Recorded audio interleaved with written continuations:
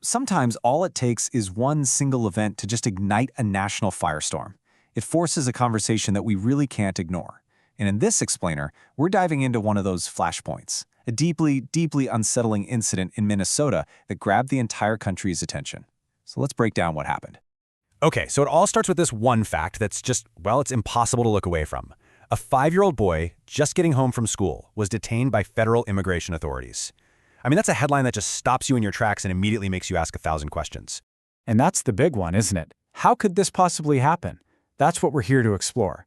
We're going to unpack what was happening on the ground, the policies that were in play, and the chain reaction that took this from a local incident to a full-blown national debate. To really get why people were so outraged, we have to understand the context. So let's set the scene for what was going on at the time. So at this point, the political climate was pretty tense. Federal authorities were really ramping up immigration enforcement all over the country. Now, the official line was that these operations were only targeting adults with specific violations. But advocacy groups were already sounding the alarm, raising some serious red flags. They were warning that these actions were happening more and more near places like schools and neighborhoods, creating this real climate of fear. And that's the world this incident just drops into. We're in the Minneapolis-St. Paul metro area, in the Columbia Heights Public Schools District. And the timing? Right around school dismissal. The exact moment when kids are supposed to be safely heading home. That detail is absolutely crucial. And it's what happened next that just threw everything into chaos.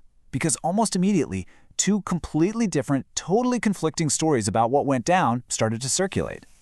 This is the real heart of the conflict. On one side, you have school officials making these terrifying claims that federal agents were right there near the school buses and that they actually used the 5-year-old child to get an adult to open the door to his home.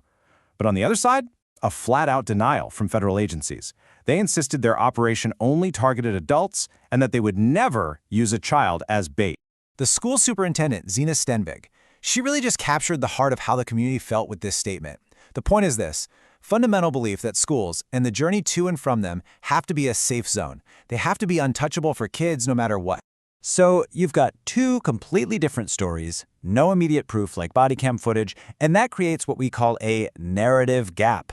And you know what fills a gap like that? Confusion, suspicion, and yeah, a massive amount of public anger. And that anger didn't stay behind closed doors. It quickly spilled out into the open and immobilized an entire community. The official reaction from local leaders was fast and clear. City officials did not mince words, calling the reports deeply disturbing, and that really set the tone for the political storm that was about to follow. The response from the community was just powerful. It was immediate. Protests popped up, people held these really emotional vigils near the school, state lawmakers were on the news demanding investigations. The story just snowballed, all the way to the halls of Congress, where it was held up as a perfect example of why federal enforcement practices needed a serious look. And then, of course, came the digital wildfire. Social media acted like a massive megaphone. Hashtags demanding action just went viral. Within hours, the story of this one 5-year-old boy in Minnesota wasn't just local news anymore. It was a global conversation reaching millions of people. All of this incredible public outcry ended up putting way more than just a single incident on trial. It put the entire federal policy behind it right under the microscope. At the heart of this whole debate is a policy with a name that is, well, it's pretty ironic in this case: the Sensitive Locations Policy. In theory, its whole purpose is to prevent exactly this kind of thing from happening. It's official guidance that tells agents to avoid enforcement at places like schools, hospitals, and churches. So you're probably thinking, if this policy exists, how did this happen? Well, critics point to some major flaws. First, it's just guidance. It's not a law with real teeth. Second, it's full of exceptions that can be approved. And third, and this is the loophole at the center of this whole case, enforcement can still happen near a school.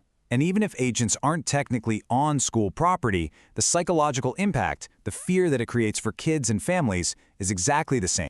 So let's zoom out here and really talk about the bigger picture, about what this one incident truly represents. The whole thing left behind this wake of huge, unanswered questions. We still don't have a clear public answer on whether the agents were even following their own rules. Was that child really used as leverage? And the big one: are these policies enough, or do they need to be actual laws to truly protect children? And here's what's crucial to understand. This was not an isolated event. It fits into this painful, recurring pattern in American history, where immigration enforcement directly and traumatically impacts the lives of children. The intense reaction was fueled by recent memories of other controversies, like family separations, which created this deep, deep mistrust. And that's why it resonated so deeply with so many people. This story isn't just about immigration policy. It's about fundamental values that most of us hold dear: the safety of our kids, our trust in government, and just the basic concept of human dignity. So ultimately, the detention of one 5-year-old boy forces all of us to confront a really difficult question. When it comes to enforcing the law versus protecting a child's safety and well-being, where do we, as a society, draw the line?